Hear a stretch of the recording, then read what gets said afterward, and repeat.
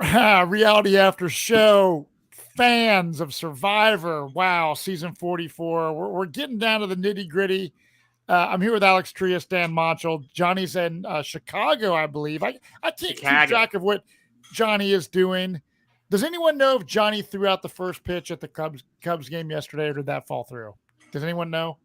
I don't know. I'm a Cardinals fan. I didn't get a chance to watch the game tonight or see the beginning of it yesterday. So. Okay, so he was supposed to throw out the first pitch at a Cubs game, which typically I would be like, no way. But last year around this time, Johnny and I threw out the pitch at a Cincinnati Reds game. So I do believe that with Johnny Fairplay, anything is possible. He is with the Queen and a bunch of other special guests. And Dan, you were with Johnny last week for the viewing party, and I saw a photo on social media where it's just a huge honor for you to host a Q&A and just kind of like, wow, I was this Survivor fan and now I'm hanging out with Fairplay and being involved. What is that like for you?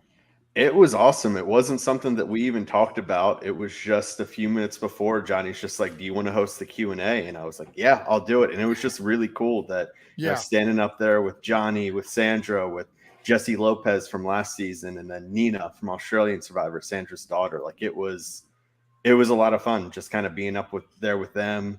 That's so cool. Going around having to answer the questions. And it was really cool, like with the timing of this challenge, the Gasping for Air challenge, because we saw Nina just did this challenge this past season, Survivor's Heroes vs. Villains, Australian Survivor. Mm-hmm. And I got to talk to her about the challenge and her strategy for it. So it was really cool timing. So what is the strategy? So obviously tonight in the immunity challenge, which we're going to talk about the whole episode, but specifically this challenge, I'm always a fan of this episode, this challenge. Although I think this would be miserable to do, I love as a viewer watching it. And there's one part of me that's like, I would hate to do this challenge, but I also would be like, I would love to see how I would do in this challenge. What is the strategy? Is it keeping your hand over your mouth and nose? Like, what does she say it was? So for her, one of the biggest things, we kind of see it in this challenge and every challenge where that's like this, that some people just aren't comfortable in water. Yeah. So that's something that you either are or you aren't. Right. But for her, something that I heard her say that I never heard anyone else is Alex and I, we broke it down. We talked about it, that she was kind of blowing out bubbles. And for her, she said the biggest thing was that you see that whenever the swell starts to get higher, when you don't have it over your mouth, people's first instinct is to take a huge, gasp of breath. Yeah. And for her, she's like, I didn't think that made sense, because if you do that, you can't see when the next swell's coming and you can end up taking in a lot of water. So for her, she was doing everything like controlling her breathing. So it was, and so she was just slowly taking in breaths. So that way, if a little water got in, she was able to spit it out and nothing got in too much. And so for her, it was just controlling the breathing and staying calm. Did she win the challenge? She came in second, but it was seconds. It was seconds. She lost by maybe 5 seconds total, and she lost to a dude who was a lifeguard that is obviously incredibly comfortable in the water. But yeah, and the big thing, and as people are saying in the chat, it's a mental game. Like, as much as it's physical in the sense of like you're in freezing cold water. Like that's I think a big portion of why Lauren quits. Like because by the time she quit, we didn't see anything where they were even being submerged yet. She was literally shaking. Mm-hmm. So you have to deal with that part of it. You have to deal with the breathing. You have to deal with it, but you have to be out of your head. Like as soon as you're in your head, because if you're in your head and then that water comes in, you're going to freak out. And we see that with Jamie. We see that with Carson. Like Carson, the water never even gets to his nose and he drops because he panics because it covers his mouth. Mm-hmm. Like, no, I think it's about staying calm, because it takes a lot of people's natural fears in it. Is some people aren't comfortable in the water. When you're pressed up against that weight, it can make you feel, or the gate can make you feel claustrophobic. And so it's a lot of just staying calm and controlling your breathing. Wow. It would be really fun to do. Hey, you can be like Carson. You can do it in your bathtub. Yeah. I wonder if I could. I'm sure he was kidding, but Perplexers puzzles. If you want to make like some grates that I can put on the top of my swimming pool, and then like maybe we can just like have some people like splashing water everywhere and do like mimic this in my pool. I would be totally down. Just throwing that out there. But let me just start from the beginning, you guys. First of all, I love this episode from beginning to end. There's been a couple kind of filler episodes for me personally this season, but overall, I really enjoy this season. I really hope that Jam Carson or Carolyn win this game. Carolyn, especially, I was telling my wife, I was like, Carolyn's one of my favorite players in a very long time, and if Carolyn happens to win this game, it's just going to put the cherry on top. It's going to be like she's going to be one of my favorite winners and favorite players of all time, probably due to her complete authenticity, showing a player that she's quirky. She's obviously had a past of drug addiction and stuff like that. She's getting so much hate and random stuff on social media. And at the end of the day, she is just a person that we can all just look at and not really have if you have a heart, you don't have a bad thing to say about her. She's just genuine, and what you see is what you get. And that's when in casting, that's what they were trying to do, is cast real people, that the same person that you see in the casting video is the same person that you see on the island of Survivor. And I think she is like the perfect example of what a good casting is. Yeah, like she says the quiet parts out loud, which is like what you're taught not to do. Like when you're like wanting to be a player, when you play these games, whether it's in actual Survivor, if it's at Bob Crowley's, if it's an online game, like you're conditioned to be like, you're supposed to be stealthy. You're supposed to keep things close to your chest. You'll give some, but not all. Carolyn gives everything. And I admire that because it's just different. Like, not everyone should be the same. And I know, like, Fairplay has said, like, for the past few seasons, especially in the new era, that everyone just feels the same.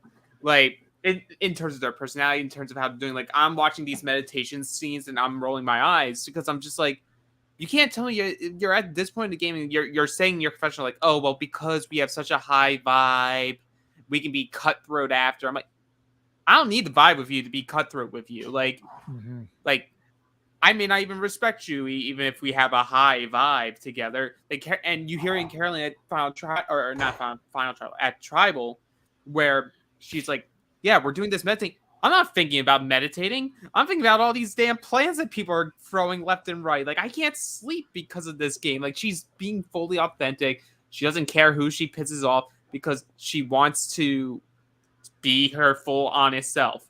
And I like that she doesn't back down to anybody.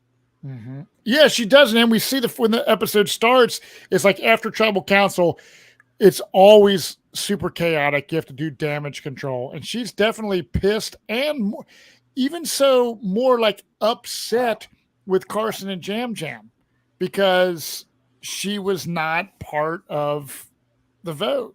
And she just got kind of screwed over. And she's like, really was like, I thought these people were my friends. I thought I could trust you. And yeah, she was not happy. She was not happy. I think one of the things that's interesting with Carolyn is that you also have to look at it as she told Jam and Carson exactly what she needed, is because maybe, in Jam Carson's mind, the first thing that they would want is come back and, hey, explain why you did it. And she's upfront and honest, keeping with that theme of saying, you need to give me time. Because you see when we, jump forward to the next day, she's fine and she's on board with the two of them, but she just needed that time to kind of process what happened. Right. And my big thing is because something I want to dog what the cast was saying and what Jeff says at Tribal throughout this episode is they're labeling Carolyn as an emotional player and they're labeling it in a somewhat negative sense. like in a demeaning way. One, there's varying levels of what an emotional player is. Emotional player means that they'll react impulsively based off whatever they're thinking of. All we have seen is maybe she'll react in a conversation impulsively. I don't think we've ever seen her run a vote impulsively.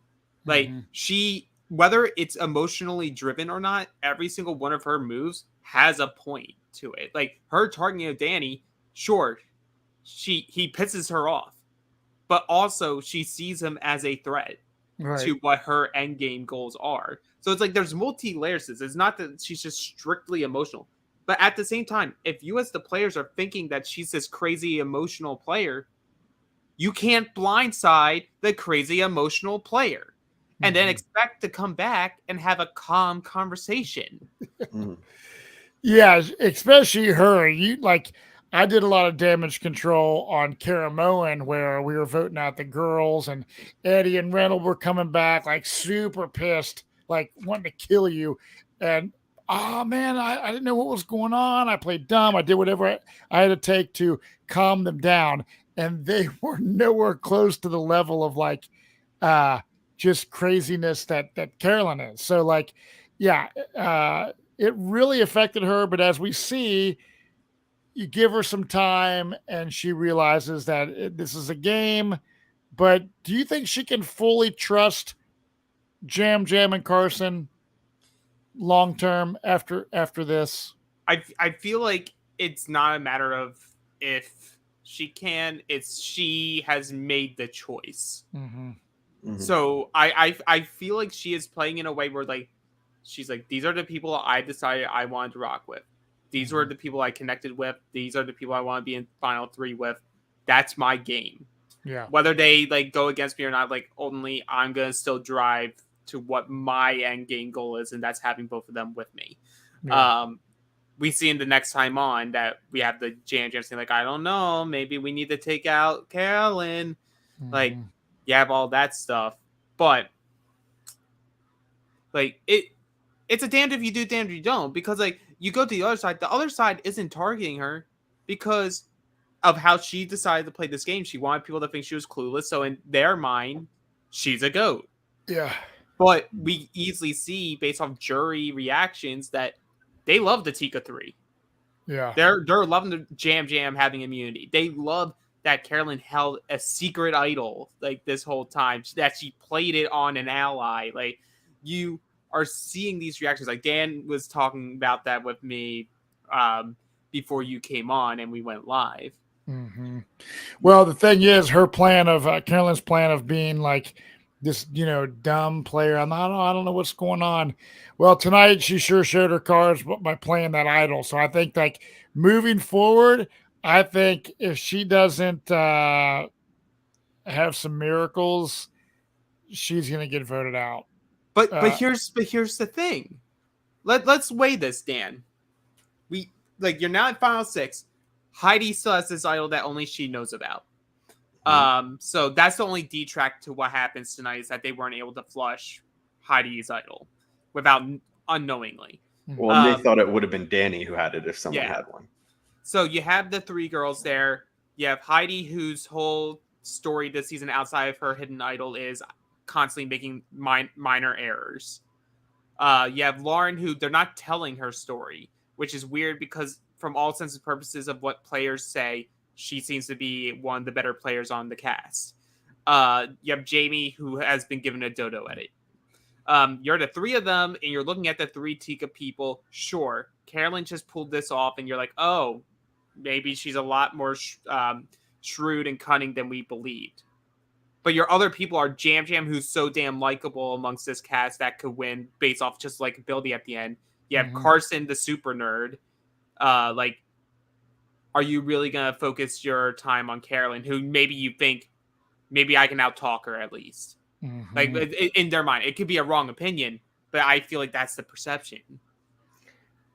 I think what I'm really happy with on this season is some of the storytelling. Sure, it's still a little unbalanced edit-wise, but the story that we're getting, it is and always has been this Tika 3.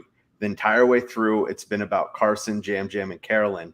And the fact that we're making it to, Johnny's favorite, the penultimate episode next week, and all three of them are still here because, take the new era, season 41. It was Shan and Ricard. Sure, Ricard made it to the end, but Shan was cut at like 8. So all this story built around the two of them, and you have similar things in 42 and 43. But finally, they're telling the story of 3 of the last 6 people left that's lasted the entire season. So I think that's what I'm the happiest with as the season's unfolding. I am too. I love it. There is no possible way that Lauren or Jamie win this game. Be and careful honestly, what you say. Be I careful know what you say. I said that with There Gabler. is no place in hell Tattoo that bet. Erica will win. There's no place in I hell say it where every Gabler time. will win. I know. Oh God, I should stop. Alex, you're stupid for thinking Marianne will win. Like every single season now. Yeah, Well, I don't know. We've talked too much about Carolyn. Cue someone in the comments that's going to post on it tomorrow, being like, "All you do is talk about Carolyn, and you just shit all over Gabler." I mean, Carolyn's the main character of this season and this episode, so yeah, we're going to talk about Carolyn. But I will say, I love Jam Jam and Carson. Like, if Jam Jam, Carson, or Carolyn wins this season, I am totally cool with any one of them winning. I will just be pretty disappointed if it's like a Heidi win. No offense, Heidi, if you're listening. I just it has nothing to do with the player. No, I just feel, and Jamie, it's not your fault that you got a shit at it. And Lauren, same with you. I don't even know what's going on with them because it's been so dominated. I mean, I'm assuming if you looked at it, I mean, Heidi has a lot of confessionals, but if you really looked at confessional count, it's got to be. It's the Tika 3. The Tika 3, and then 3. Danny's got quite a bit. Not even that much. Like all Tika, I think, are like in the 40s or like upper 30s, and I think Danny was in the mid 20s. Wow, yeah. Like Lauren, I think, had the same amount of confessionals at 19 as Matthew. Yeah, Matthew, the gay Matt Bischoff. The gay Matt Bischoff. Yeah. I wish he was still there for half the episodes that she has. Well, yeah, I love the Tika 3, and like we've seen before in the past on what was it, Ghost Island? Is that what with Wendell and Dominic and stuff? Those two pretty much dominated the whole game. You know what I mean? So yeah, it is pretty cool, like you said, Dan, seeing this story of the 3 Tikas. Like, wow, they just keep marching forward, and yeah. So Danny, we see he's wanting to know who wrote his name down. It's not personal, not personal. Definitely not emotional. I don't care that anyone voted for me, but Matt, who voted for me? I need to know the exact person that put my name down, but it's. No repercussions are going to come from it. I just want to know. And don't worry, when you tell me the truth, I will definitely not go into confessional and saying first graders wouldn't believe that. Well, I don't blame Danny for not, or for one. I would want to know who wrote my name down. Of course. Who voted for me? We but he's back to Rupert. Yeah, he's definitely wanting to know. And Heidi's, this whole time, completely saying it wasn't me, and just deny. And we see a clip of Danny being like, "Oh, I'm super tight with Heidi. Only person I can trust." So that's pretty funny.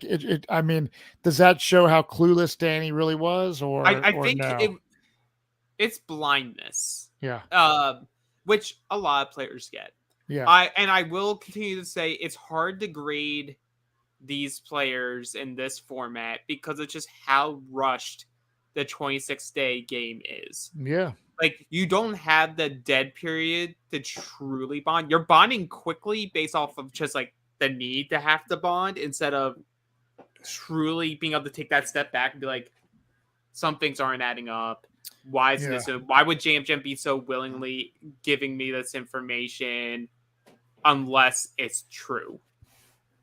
I think with Danny is of course we've seen it happen before, but he's only he believes the things that kind of push his narrative. So if it's something that he agrees with, then of course, all right, why would they be lying to me? Because that's what I believe. But he really struggles when someone brings on an opposing view that doesn't line up with his, and he's just never found a way to balance that out whatsoever. Mhm. Maybe if he was in an ice bath, he would be able to fully process it. Potentially. So after this whole, after tribal and so forth, we go to, it's day 20. The entire tribe is on the beach meditating, doing yoga, whatever they're doing. They're kind of going around a table. It reminds me of sometimes that my family's Thanksgiving in the past, where it's like, everyone go around the table and say what you're thankful for this year. I thought you were going to say you all go outside, get crisscross applesauce in a semicircle. Yeah, it's similar. It's just like, hey, reflecting. out. I don't meditate and I don't do yoga, but they are kind of going around. Heidi is talking about her struggles, how she had nothing, and it showed like video of her working out and making fire and showing some of her past. And it's just, this is kind of a kumbaya moment for everyone. I could take it or leave it. Production is playing a game with us right now. They are playing a game with us this season, because in the first 3 seasons of the modern era or the new era, whenever they would randomly just pop in with here's the background story, you're like, oh, it's their boot episode. Yeah, right. Because they did that with so many people this season, and then it doesn't happen. So I have been wired to believe that, like, we're tracking up. Heidi's going home. Heidi's talking about her idols. She's gonna play it wrong. She's not gonna play it. She's going home. Cool. Ready for it. I'm totally ready for this to happen. Yeah. Danny, but it doesn't. Yeah. So I do like seeing the backstory, little throwbacks. Just kind of reminds you that these players are real people with real lives that we see on our TV, and so I was cool with it. I think that these players seem to be. I think after the game, they're all going to like one another. Yeah, there doesn't seem to be any like bitter people. And that can be a good thing and a bad thing. You know what I'm saying? It seems like a lot of the new era of Survivor, there's no one that's like hateful with each other after the game is said and done. You know what I mean? Mm-hmm. Whereas like earlier seasons, there's people that have vendettas forever and that freaking hate one another. So Carolyn at this point is over it now. She trusts Jam Jam and Carson moving forward. They start talking about the final 3 plan, the Tika 3. Hey, let's kind of get Danny out of the game, and then let's also let Danny know that Heidi was the one. Even though Danny is told this, Danny still says, "I don't believe it. She's my number one. There's no way she is doing that." So I would love to be at his viewing party tonight, and seeing his reaction to this, because obviously, as you said, Alex, it's blindness. Yeah, but I will say it was also an error on Jam Jam's part. We've always been told like this. Some of this information is like good to have before a challenge. Some of this is a lot better after. Mm-hmm. Like that's a type of bombshell where you want him thinking about that as he's walking into tribal council. You want him second guessing everything about this person that he has made his number one for this entire game. Mm-hmm. And it's just going like, hey, I can tell you where every single person voted. Yeah. And I'll tell you how I know that they all voted, because I've seen how everyone writes. And Heidi's signature was on yours. Yeah, right. Like, it could be a lie. It could even be a lie. Be like, Heidi has his calling card in every single one. Like, she dots her E like this. And that was, or like a Y. And that's what she did on yours, Danny. Mm-hmm. So you're saying like it was too premature. I think it was too early, because you can't just go there, drop that bombshell. I'm sure there was more conversation, but then you walk away. And you have all this dead time, and that allows Danny to think. And that's why he's in confessional thinking. He's like, why would he tell me this? It's obviously a lie. There's 3 Tika people. 3 Tika at 7. That doesn't work. Heidi's definitely telling me the truth when she says it wasn't her. So I'm going to just tell her that Jam Jam said it anyway. So we're going to target Jam Jam, guys, or Carson. Yeah, Danny thinks it was Jam Jam, which is funny.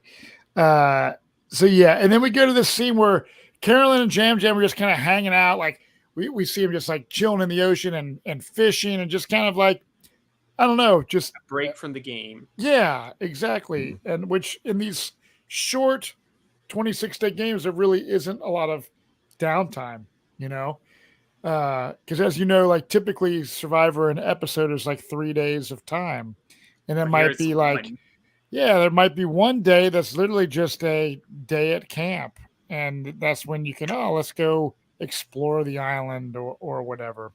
But yeah, it's such a quick thing nowadays. Yeah, and I love that Carolyn won the lobster shell. Yes. So if Carolyn doesn't win this game, she at least won something in this game. She did. And we see Lauren and Danny saying how much of a threat the 3 Tika members are. But Carson and Carolyn and Jam Jam. And see, this is a storyline that I feel like they should have fleshed out better. Yeah. Is because the whole point was Danny and Lauren talking to each other, be like, we know that we are the threats. Yep. But we have a common interest right now with the Tika 3.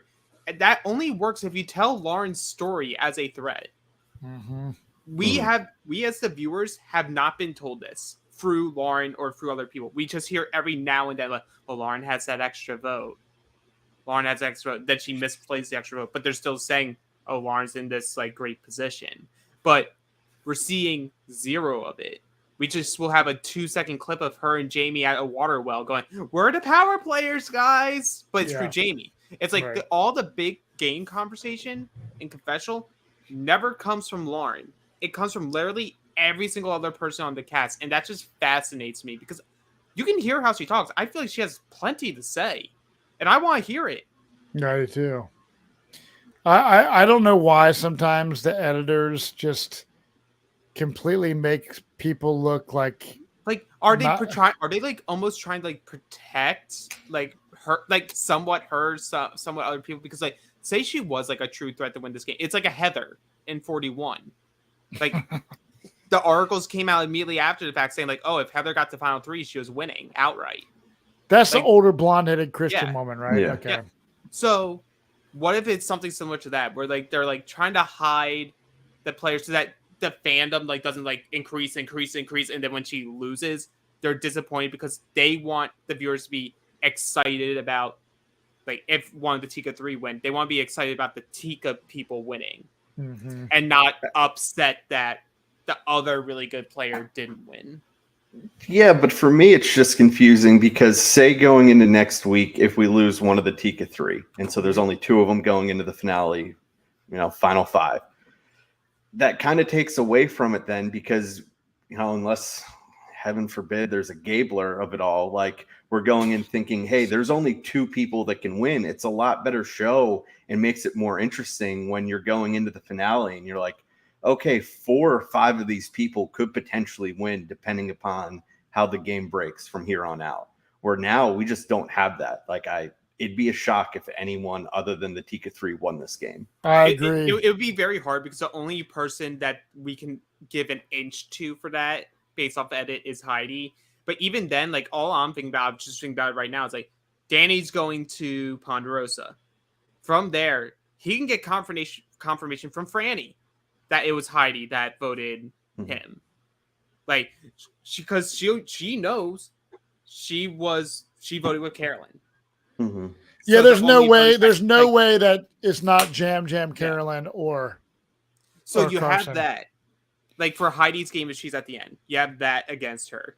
You then have another, she voted out Franny. So now you have an uphill battle to climb with her. She she tried to save Matt, but unsuccessfully saved Matt. Like, there's all these things that as you keep going. Matt's down gonna vote however Franny votes. She's gonna tell him what to write down. Yeah, that's true. That's true. And I think Brandon would rather reward the Tika of it all than the other side that he was battling against. Mm-hmm. And Kane's Kane. Kane will roll a 12-sided die, and if it lands odd, he will vote for a Tika person. Oh, Kane. I love It Kane. means I don't need Kane. to get a tattoo. I'm perfectly fine with it. If it lands on an 8, Dan has to get a tattoo. So we go to the immunity challenge, which is the infamous hold on to the metal bars while the tide is rising. As Kyle Dorr says in the comments, waterboarding, drowning. Last gasp. And what season was it was it someone beat this challenge? Last season. Last season. Yeah, it was Owen and Carla. 2 winners. Who? There was 3 winners because Cody had the pick your champion advantage.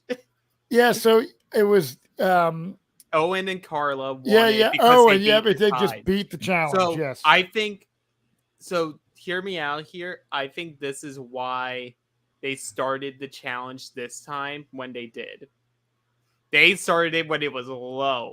Mm-hmm. So that by the time it would eventually get to the top, you'd already be like in the water for like at least 50 minutes. Like, they planned this out to make sure it could not be run past. Did they do it in the same place? Because generally I feel like they do it tell. closer to land than what they did here. Where here they clearly went further out. And I didn't know if that had something to do with it too, being like this tide is eventually going to get so high that everyone's tapping out. Yeah, I would imagine being farther from the shore would be helpful for this type of challenge. What if they had like divers in the water there that were just like kind of like pushing the water, like, come on, they can't not. Well, as we all know, this happens on a studio set, so I will say there are divers. Like, I did a lot of water challenges on Caramoan, and there's divers like really close by in case something catastrophic. Well, you also have like the down. scuba people that are underwater filming. Yeah, right.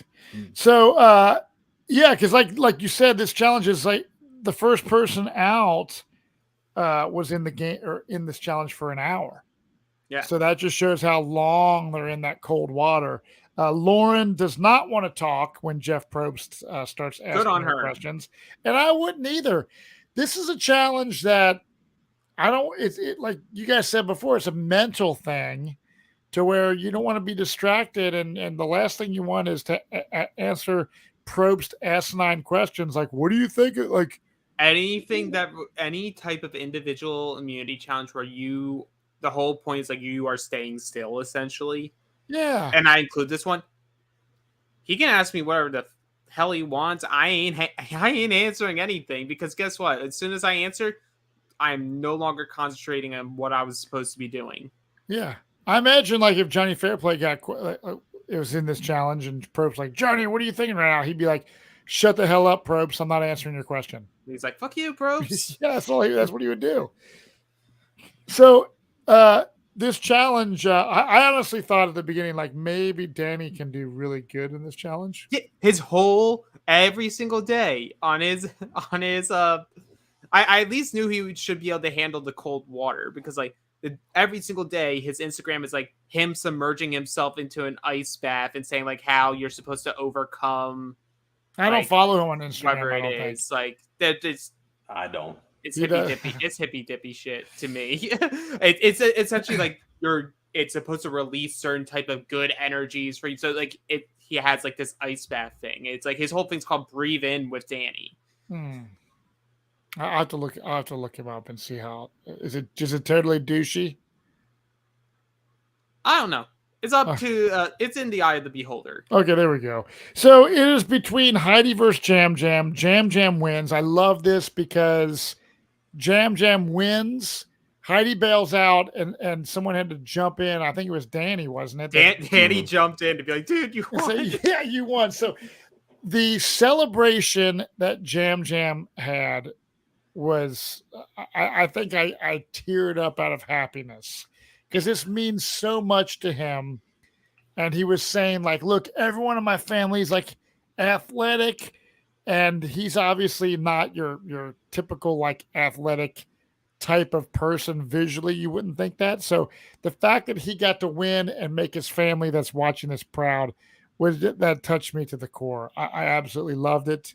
I love Jam Jam. I think he's hilarious. I think he's a great that's the kind of person that Survivor needs, is some of these larger than life personalities instead of a bunch of game bot dud people that we've seen. And it's not controversial is the wrong word, but polarizing. Because like you're either gonna love Jam Jam, but he also, because he's an over the top character. Yeah. You're gonna have a lot of people like, I'm just so tired of him. Oh my God, like, can he please go? And that's fine. Yeah. You need to have people that you like and don't like. That's like Tony Vlachos was somebody that was over the top. Yeah. Like, love him or hate him. He was just his big personality, the spy shack, this and that. And he became one of the most legendary players in Survivor history. Yeah. So Jam Jam wins. But this win also is like, it's so Survivor.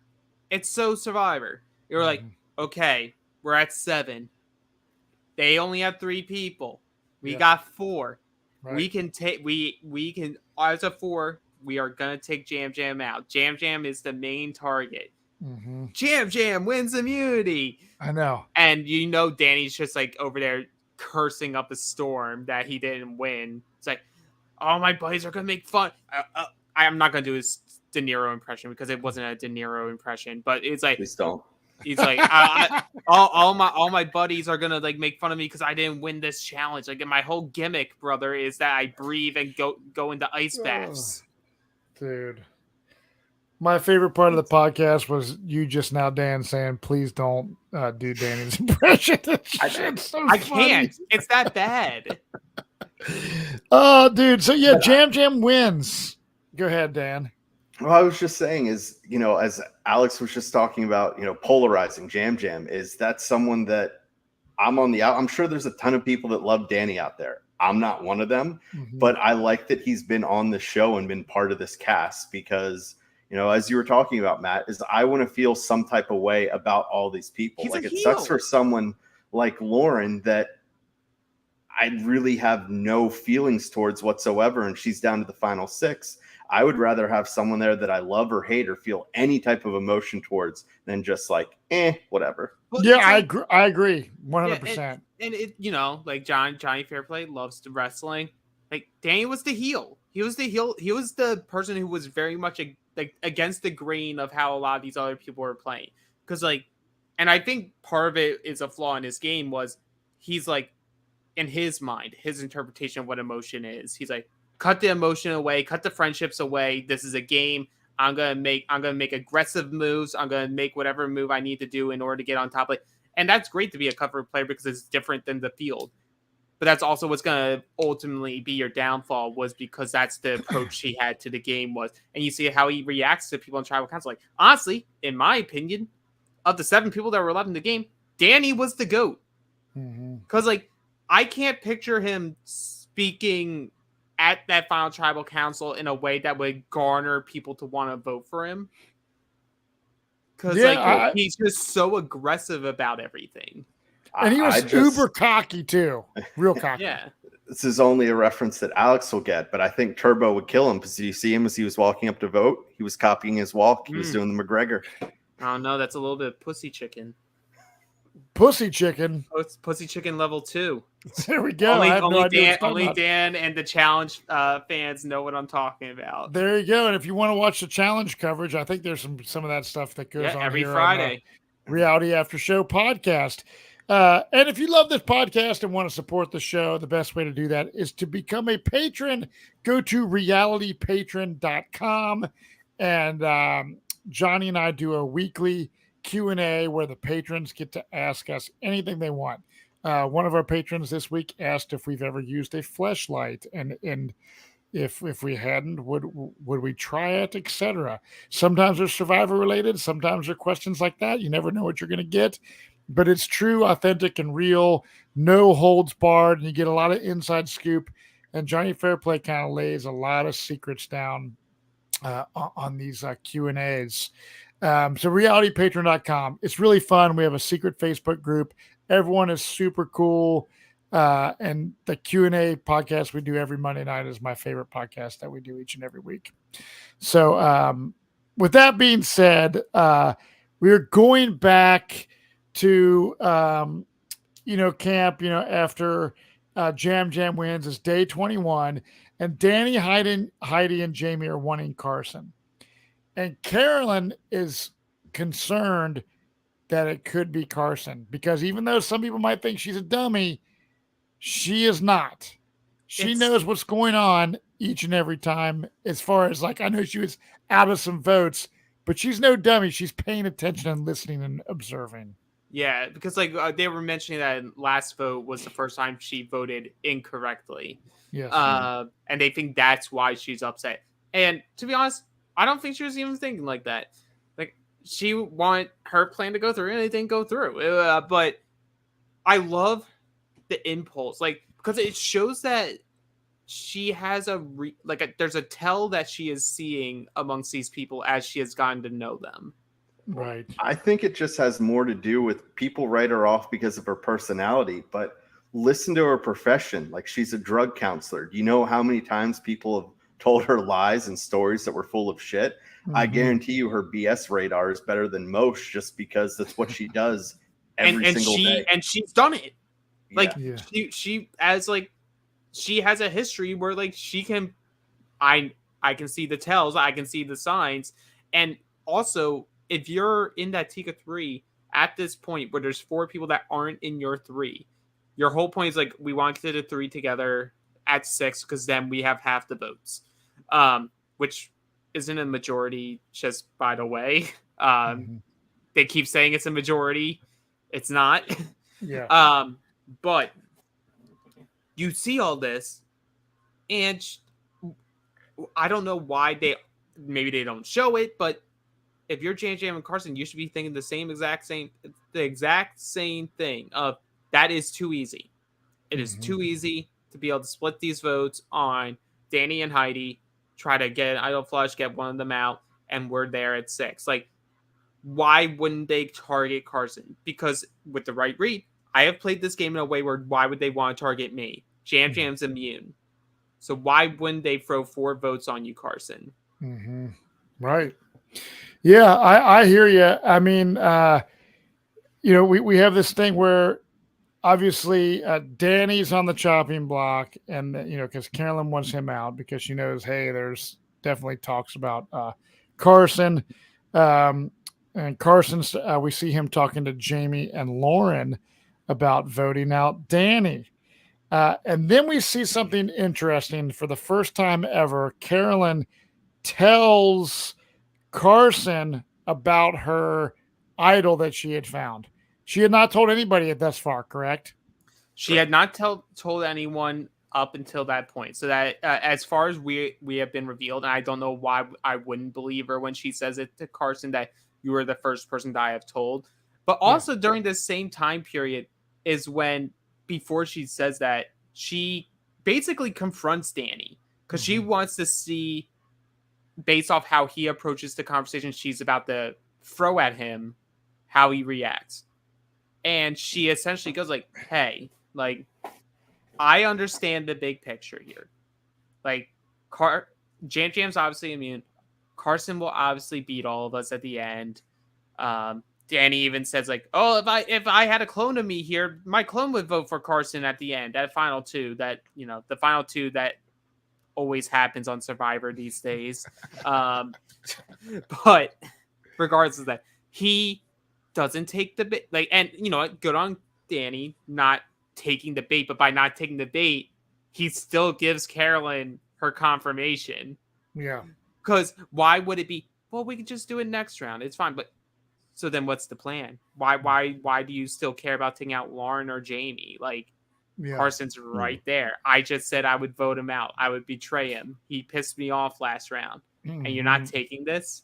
Right. You're doing it anyway. It screams all of last round or 2 rounds ago last round when Franny went, where he tells Heidi, I don't need your vote. Yeah. He's got his cockiness going on. So I think that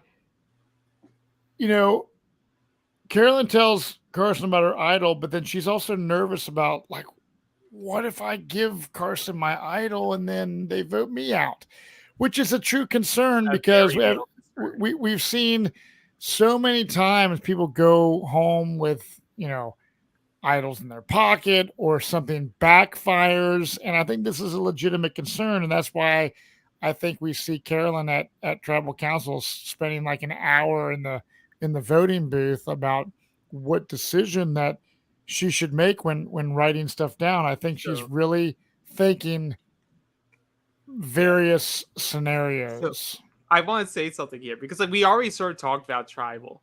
Yeah. I think Dan Montchal, I need you to speak on this. I want to know. I think she should have went with the Lauren vote. Should have went with the Lauren vote? Instead of, because she wrote Lauren, crossed it out, and then put Danny, sending Danny home. If she had put Lauren, it would have put a tie on Heidi and Danny. Maybe Danny still goes. Maybe it's just an extra move. But it would have allowed this opportunity unknowingly to send Heidi out with an idol.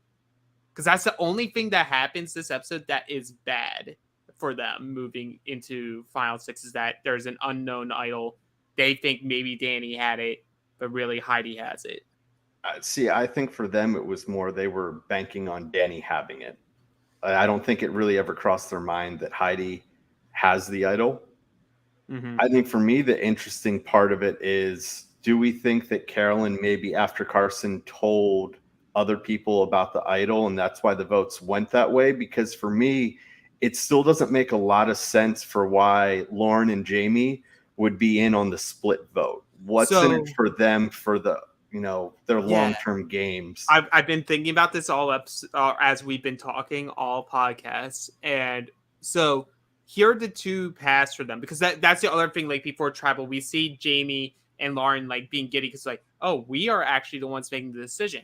And even with that idol, in a sense, they were, because Carolyn is very much about I just need, above all else, I need Jam Jam and Carson to guarantee they are voting Danny no matter what, no questions asked. She confirms with Carson by showing the idol. You then pitch this counter idea Carson does of, can we try doing a 3-2 split between Danny and Heidi? They're a strong duo, blah, blah, blah, all his excuses. If you're Heidi and Jamie, or not Heidi and Jamie and Lauren, you're looking at this situation and you're going, here are the two options. We can either go 4 down on Carson, and if an idol's played, we could be the ones getting hit. We don't know. We don't know where those 3 other votes are going. If we agree to split with them and we throw 2 votes on Heidi and anything weird happens, there's at least 2 votes somewhere else. So it's the safer vote, but knowing that you still have a problem to deal with in terms of numbers the next round. But it's the safer move to guarantee that both of them are still in the game. That makes sense. But that's me thinking this. I don't think these people 20 days in are thinking like that. Well, their other thought could also be that if they're getting rid of Danny, they still have the Tika 3. But you do see that Lauren and Jamie have some type of relationship with Heidi, and you could think that if you completely sever off that Danny tie, in their minds, maybe they become the tight 3 at the end of the game. Mm-hmm. So in other words, tonight, so obviously I loved the fact, just Carolyn being in the voting area for so long, I thought was funny. We've never seen anything like that. And then she ends up playing her idol for Carson, which I love this move. However, it was unnecessary. She ultimately, she didn't have to do that. And I feel that I would love Carolyn to win, but the problem is now is she showed her cards basically to even Jam and Carson. I had this idol. You all had no idea that I had this the entire game. So I don't think Carson sees it in the sense of oh, that's dangerous. I think Jam does, because Jam Jam, above all else, as much as he loves his Tika 3, is playing very much individualistic, will take any opportunity to push someone over if it means that he can get a step further. Yeah. But it's complicated. I agree with you overall, because I'm someone who's always like, if the idol is played and it doesn't take out the majority of votes, it is a fail. Right. It's a failed idol because it was not a successful play, even if your plan falls through. Right. However, this is Carolyn based off her reads, because she was saying, I do make decisions based off how I'm reading people at Tribal. Yes. And these people at Tribal were not giving her reasons, I felt, to trust that they would follow through with her plan. Right. So she's almost forced to have to play this idol. And it's either our plan works anyway or our plan works anyway. This idol just confirms it. Maybe it also creates this very big bond with Carson. Because I think Carson, is because he's younger. Yeah. I think he would have a lot harder time now cutting Carolyn, because she literally just threw herself out there. She put everything on the line to save him, not herself, him, at final 7. Mm-hmm. I love the move. It made it exciting Tribal. I thought overall the episode was entertaining from beginning to end. There was nothing that I was like, oh God, like I am stoked to see how this plays out, and please let it be Carson, Jam Jam, or Carolyn.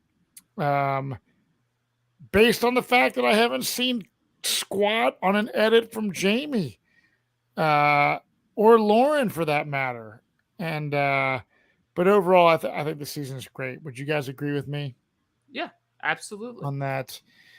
So I want to touch base real quickly. Johnny is going to be doing some other viewing parties, and I'm assuming that they're all at SurvivorTix.com, SurvivorTix.com. Dan, do you have any details on those? Yeah, so there's only 2 left because there's only 2 episodes left of the season. Next week, he's going to be in Charlottesville, Virginia. I can't remember the name of the place, but I know it's at a brewery, and I know that Johnny is releasing yet another beer because that's apparently just what he does. And then for the finale, it's going to be in Charlotte, North Carolina at Lenny Boy Brewing. All these available at SurvivorTix.com. That's SurvivorTix.com. It'll be Johnny. It'll be the Queen, Sandra Diaz-Twine, as well as plenty of other surprise guests and former castaways. There you have it. And while all that is being done at the live viewing parties, you can catch us right here, same time, same place. And brand new news. This is the stuff we talk about on the Q&A, 90-minute episodes moving forward. We've talked about the pros and cons of this concept on our Q&As. So again, realitypatron.com if you want to be a patron. I think that this could either be a really good thing, or I think it could be a really bad thing for Survivor. I think some family, kids and stuff go to bed by 9 p.m. For us hardcores, we want to see more for Survivor. However, I feel that it could be a detriment to some fans being 90 minutes. Even as a podcaster, it's like, God, now I got to watch an hour and a half and start the podcast. So there's a lot of factors involved. But here's what I will say. I wish that 45 was returning players in some format, whether it's second chances, blood versus water, fans. I don't care what the case is. I'm a little hesitant on newbie season 90 minutes. I think if they're going to start a 90-minute format, temporary, permanent, whatever, I think the fans would love to see people we're familiar with. Johnny Fairplay, Boston Rob, Big Tom, Tony Vlachos, whoever. I just feel that returning players would be the way to go to introduce a 90-minute format. I doubt they're going to do that, but I was talking to a coworker of mine today, and we were both agreeing, that's the kind of 90-minute season or episodes I would want to see starting off. But we'll see. I'm keeping an open mind, right? Yeah. And there's other rumors now speculate. It's reckless speculation, but I think it's warranted with the 90-minute episodes that around earlier today. I was starting to hear some rumors about. There's a lot of conversations about them wanting to bring back reward challenges. There's also more, I think it's more hopeful speculation, but the fact that if you wanted to have challenges back, you need more days. In order to have more days, maybe they're adding more days back to the game. It may not go back to 39. Maybe it does go back to 39. But if we can get more days added, that means we'll be able to get reward challenges. We'll get more screen time of strategy, camp life, stuff like that. And we will most likely get swaps. Like, if we have more days in the system, I think it will allow more fleshed out stories, fleshed out gameplay. These players have so much potential that we have seen these for first 4 seasons of the new era, but that 26-day game of like hyper speed gameplay is hampering their ability to actually play a truly memorable, iconic game and really like shake it up.